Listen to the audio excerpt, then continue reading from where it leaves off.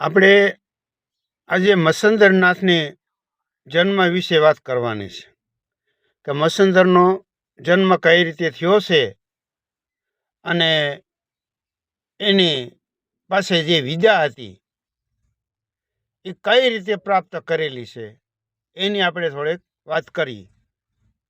પણ એ પહેલાં મારી ચેનલ તમને ગમતી હોય અને પસંદ આવતી હોય તો સબસ્ક્રાઈબ કરો. સબસ્ક્રાઈબ કરશો તો નવા નવા ઓડિયા તમને જરૂર સાંભળવા મળશે. આપણે મસંદરનાથની ઉત્પાદી કેમ થઈ છે એની વાત હવે કરીએ ને. આ ઓડિયો પૂરેપૂરો તમે સાંભળજો.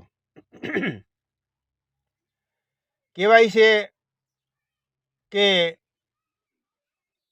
શંકર ભગવાન અને પાર્વતી એક દિવસ વાર્તાલાપ કરતા કરતા માતા પાર્વતી પૂછે છે ભોળાનાથને, હે શંભુનાથ, આપ તો 3 લોકના નાથ છો, પણ જે મંત્રની વાત આવે છે એ મંત્ર વિશે મને થોડીક માહિતી આપો. ત્યારે ભોળાનાથ એમ કહે છે કે આ તો અંબર મંત્ર છે. જે અંબર મંત્ર જો હું તને કહું અને કોઈ બીજા સાંભળી જાય તો એ અંબર બની જાય છે.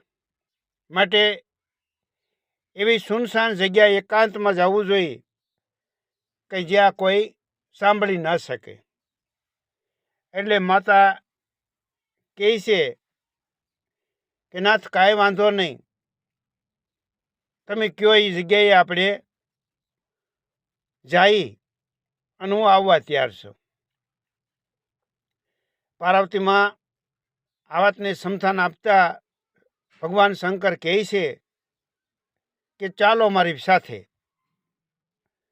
આપણે એક જગ્યા એવી છે કે જ્યાં કોઈ પશુ પંખી જીવ જંતુ જનાવર કોઈ નહીં સાંભળી શકે. એ બે ચાલતા ચાલતા એવી જગ્યાએ ગયા કે એ જગ્યાએ સુનસાન જગ્યા હતી અને હાવ વેરણ જેવી. ત્યાં જઈ શંકર ભગવાન બેસી જાય છે અને પાર્વતીને કહે છે કે દેવી, મારી વાત પૂરેપૂરી તમે સાંભળી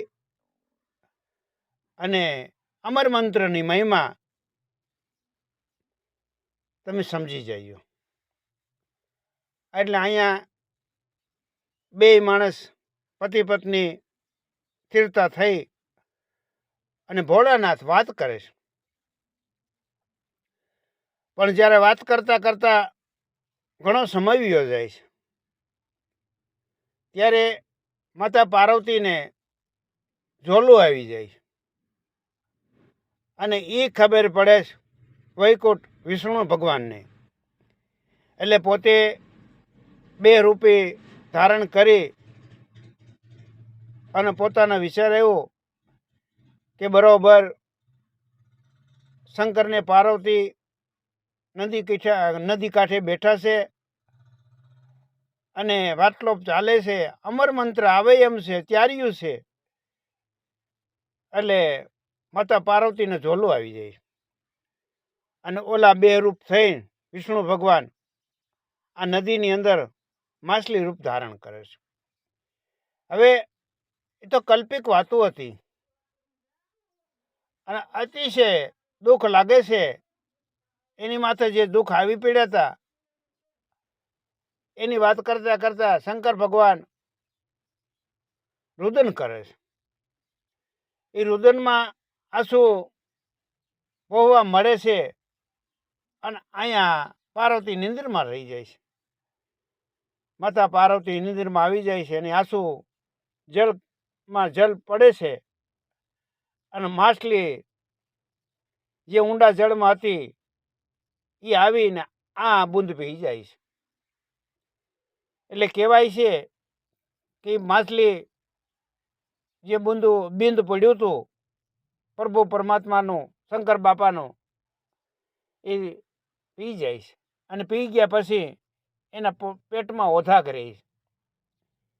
એ ઓધાક રહે છે અને થોડોક સમય જાય છે એટલે બચ્ચાનો જન્મ આપે છે, એટલે ઈંડાનો જન્મ આપે. એ ઈંડો બહુ વિશાળ મોટો હતો, એનો કદ મોટો હતો. એટલે નદીમાં તણાતો તણાતો ઈંડો બારો આવે છે અને કાંઠા પર બે ભાગ થઈ અને સ્થિર થઈને પડ્યા રહે છે, ઈંડાના ટુકડા બે. એમાં એક ટુકડામાં જે એક બાળક રૂપી અવતાર ધારણ થાય છે અને એક ઈંડા ખાલી અડધો ભાગ પડ્યો હતો. એટલે ત્યાં મસીહાળા મસીહ પકડવા આવે, પતિ પત્ની બે, જેને ઢીમ મસીહારા કહેવાતા. એ આવી અને એ ઝાડ નાખે અને અંદરથી મસીહ પકડે. એ પતિ પત્નીને નજર પડે છે કે ઓલો ઈંડો તો બહુ જબરજસ્ત છે અને એમાં એક બાળક રૂપી દેખાય છે, જઈને લઈ લઈશ. આ બાળકને ઉછેર કરે છે, 5-7 વર્ષનો બાળક થાય છે, મોટો થાય છે અને પછી તો મસી પકડવા એને ભેગું લઈ જાય છે. એટલે મસીહારા મસી પકડવા જાય છે, એની કંઈ જે ઝાડ નાખે ને એમાં ઝાડમાં મસી આવે છે. યા છોકરાને હુંડલા પાસે બેહાડ્યો હોય ને હુંડલામાં નાખીને પાછા વૈયા જાય બે માણસ. આ છોકરાની દ્રષ્ટિ પડે છે એટલે એ મસી સજીવન થાય છે. હવે આવી રીતે દિવસો વિતાવે છે. એમાં અહીંયા સાધુ નીકળે છે. ભગવાનનું રૂપ હતું અને સાધુનું રૂપ લઈ અને ત્યાં નદી કાંઠે આવે છે. ઓલા મસીહારાને કહે છે કે જ્યારથી તમારા ઘેરે આ દીકરો આવ્યો છે તો ત્યારથી તમારા ભાગ્યે ચાળી બની ગયા છો અને કિસ્મત ખુલતા જાય છે. એટલે બે માણસ હાથ જોડીને કહે છે કે અમે તો ભાગ્ય તો નથી, અભાગ્યા છે.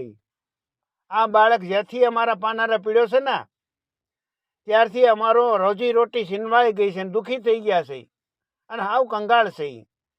અમે મસી પકડીને હુંડામાં નાખી છે, એના છોકરાને ભેગો રાખી છે. છોકરો અહીંયાની નજર નાખે છે અને મસીઓ સજીવન થઈ પાછી જળમાં વહી જાય છે. એટલે અમારે રોજી રોટી છીનવાઈ ગઈ છે. અમે તો આનાથી કંટાળી ગયા છે, થાકી ગયા છે. આપણે જોતો હોય તો આ લેતા જાઓ, કારણ કે આનો પેટનો તો દીકરો નહોતો, એને મળેલો દીકરો હતો. એટલે કહે છે કે સાધુ કે તો હું લઈ જાઉં. આ સાધુ મહાત્મા લેવા તૈયાર થયા છે. તો એ પહેલાં જે ઓલો બાળક કહે છે 5-7 વર્ષનો કે મારા માતા પિતાનો મારા ઉપર ઉપકાર છે, મારું ભરણ પોષણ કર્યું છે, મારી સંભાળ રાખી છે અને મારા માથે કનક છે, એની રોજીરોટી સિલવાઈ ગઈ એવું કહે છે અને દુઃખી થઈ ગયા છે. એટલે પોતે બે રૂપથી નદીમાં ડૂબકી મારી અને થોડાક ઊંડા જઈ અને મછલી લઈ આવે છે. હારી પેટની મછલીનો જોડ આપી દઈશ કે લ્યો તમારો હુંડો ભરાઈ ગયો, જાઓ તમારો લૂણ મેં સૂકવી દીધો, હવે તમારો લૂણ મારી માથે નથી અને હું આ સાધુ ભેગો જાઉં. આ સાધુ ભેગા આવી રીતે આવે છે. એ ધીરે ધીરે કરતા સાધુ તો મહાત્મા તો રખડતા ભલા હોય, એ રખડતા જુનાગઢની ગોદમાં આવે છે. ત્યાં ગુરુ દત્તાત્રેય નાથ એની પણ વાટલોપ થોડી કરે છે અને જે બાળક હતો એને ઉપદેશ આપે છે. ગુરુ દત્તાત્રેય નાથ એ ઉપદેશ આપ્યા પછી આ બાળક જે હતો એને મસંદર નાથ કહેવાય છે. પછી જે મસીહારો હતો, મસીમાંથી નીકળ્યો હતો એટલે મસંદરનું નામ આપે છે કે ભાઈ મસીહારામાંથી ઈંડો થઈને નીકળે છે એટલે આનું નામ મસીહારો છે. પણ તો આજથી જે ગુરુ દત્તાત્રેય કે આને મસંદરનાથ તરીકે હું નામ આપું છું. ત્યાંથી એનું મસંદરનાથ થાય છે અને ફરતા ફરતા પોતે જે દેશ આપી છે ગોળ બંગાળમાં. ગોળ બંગાળને તમને તો ખબર તો હશે બાપા. રાજા ભરતશ્રી થઈ ગયા, રાજા ગોપીચંદ થઈ ગયા, ન્યાય એને મોકલે છે. અને આ વાત પછી આગળ આપણે કરીશું. પણ તમારે જો જરૂર મારી વાત ગમતી હોય તો સબસ્ક્રાઇબ કરજો મારા બાપ. હું એટલી ભલામણ કરું છું અને આ વાત અહીં પૂરી કરું છું.